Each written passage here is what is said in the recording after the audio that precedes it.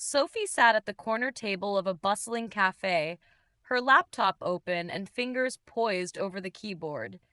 The deadline for her article loomed, and she was struggling to piece together her thoughts. The chatter of patrons and the hum of the coffee machines blended into a background noise she had learned to ignore. As she sipped her coffee, an elderly man approached her table. "Do you mind if I sit here? It's rather crowded," he asked with a kind smile. Without looking up, Sophie gestured to the seat across from her. "Sure, go ahead." He settled in, placing his cup of tea carefully on the table. For a moment, he simply sat there, observing the crowd. Then his voice broke through Sophie's focus. "Do you ever wonder how one small choice can change everything?" She glanced up, slightly annoyed. "Excuse me?" The man's gaze was steady, but his tone was gentle. "I couldn't help but notice you seemed deep in thought.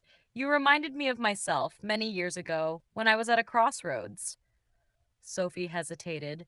She didn't want to be rude, but something about his demeanor disarmed her. "I guess everyone faces decisions that feel overwhelming." He smiled knowingly. "Let me tell you a story. Maybe it'll help." Curiosity sparked. Sophie closed her laptop. "All right," she said, leaning back in her chair. The man began. "Many years ago, I had a comfortable job, a steady life. But I also had a dream to travel the world and write about the people I met. One day, I was offered a promotion, a secure future if I stayed. But I knew that if I accepted, I'd never leave. I wrestled with the decision for days, afraid of the unknown." He paused, taking a sip of his tea. "In the end, I took a leap of faith. I quit my job, packed a bag, and set out with little more than a notebook and a pen. It wasn't easy, but the experiences I gained, the people I met, they shaped me in ways I could never have imagined." Sophie was captivated. "And did it work out? The traveling, the writing?" He nodded, his eyes twinkling. "It did. Not in the way I expected, but in ways that mattered. I found stories everywhere, stories of resilience, love, and courage, and through those stories I found myself."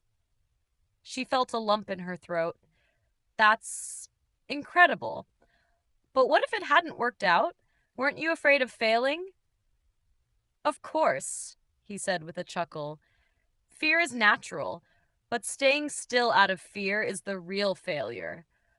Life is about the risks we're willing to take for what truly matters." His words struck a chord. Sophie had been wrestling with her own dilemma, whether to stay in her secure job or pursue a risky but exciting opportunity as a freelance journalist abroad. She glanced at her laptop, then back at the man. "Thank you," she said softly. "I think I needed to hear that." He smiled warmly.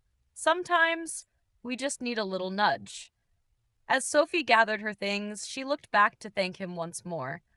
But the man and his tea were gone, leaving only an empty chair. For a moment, she sat there, pondering the strange encounter. Then, with a newfound clarity, she opened her laptop and began typing. This time, not an article, but her resignation letter. The decision felt daunting, but Sophie knew it was the right one. The words of the mysterious man lingered in her mind. "Life is about the risks we're willing to take for what truly matters."